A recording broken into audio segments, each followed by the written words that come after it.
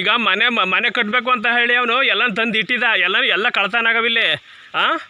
ಆಯ್ತಾ, ನೀನು ಆಹಾ ಅನ್ಬೇಡ. ನೀನು ಹೇಳ್ದೆ ಕೇಳ್ದೆ ಅದೇ ಗುಡಿಸಿ ಅವ್ನು ಬೇರೆ ಕಡೆ ಅವನ್ನ ಲಾರಿ ತಗೊಂಡು. ನೀನು ಎಷ್ಟು ದಿನ ಕಾಯ್ತಾ ಇದ್ದೀನಿ ನೀನು? ಎಷ್ಟು ದಿನದ ಕಾಯ್ತಾ ಇದ್ದೀನಿ ನೀನು?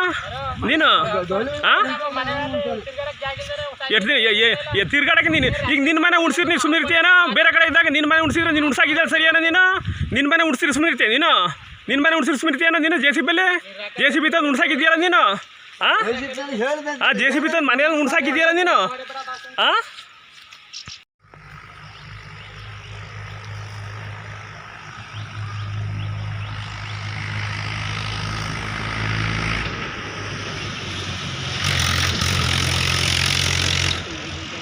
ಮನೆಯೆಲ್ಲ ಇದು ಮಾಡಿ ಹೋಗ್ತೇವೆ.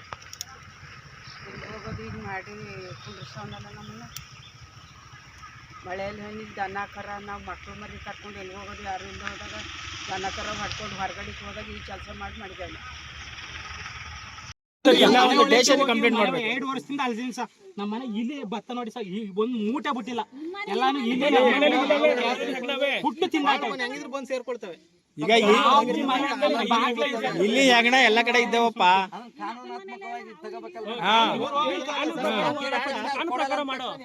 ಕೊಡಲ್ಲ ಅನ್ನಿಲ್ಲ ಅವರು. ಪೊಲೀಸ್ ಸ್ಟೇಷನ್ ಕಂಪ್ಲೇಂಟ್ ಕೊಡ್ಬೇಕಲ್ವಾ? ಕೊಡ್ಬೇಕಲ್ವೇನ್ರಿ? ಮತ್ತೆ ಯಾಕಪ್ಪ ಮಳೆ ಎಲ್ಲ ಮತ್ತೆ ಅದನ್ನೇ ಮಾತಾಡ್ತೇವೆ. ಒಂದೇ ದಿನಕ್ಕೆ ಬೆಳ್ಕೊಂಡಿತ್ತ ಮಳೆ ನಿನ್ಗದು? ಮತ್ತೆ ಎಷ್ಟು ದಿನ ಅಂತ ಹಂಗೆ ಪೆಂಡಿಂಗ್ ಉಳಿಸ್ಕೊಳ್ಳೋದ ಸರ್? ಕೈ ಫಸ್ಟ್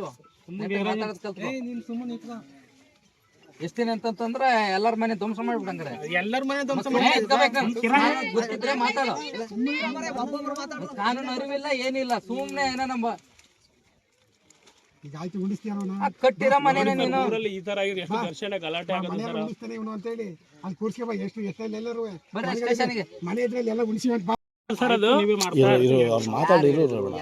ಇವರು ಹೇಳಿದ್ದಾರೆ ಸರ್, ಇವನು ಹೇಳ್ತಿದ್ದಾರೆ.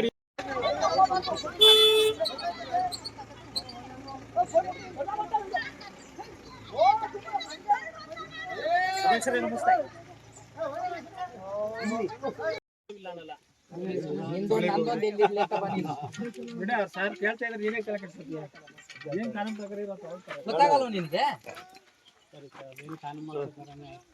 ಈಗೇನ್ ತಗೊಳದ್ ನೀ ಕಾನೂನು ಮೂಲಕ ತಗೊಳೋದು? ಮನೆ ಈಗೇನ ತಗೊಳೋದೇನು ಹಾಗೆ ಎಲ್ಲ ಮುಗಿಸಿ ಅವ್ನು ಇನ್ನೇನು ತಗೊಳಕ್ ಬರ್ಲಿ ಇನ್ನ.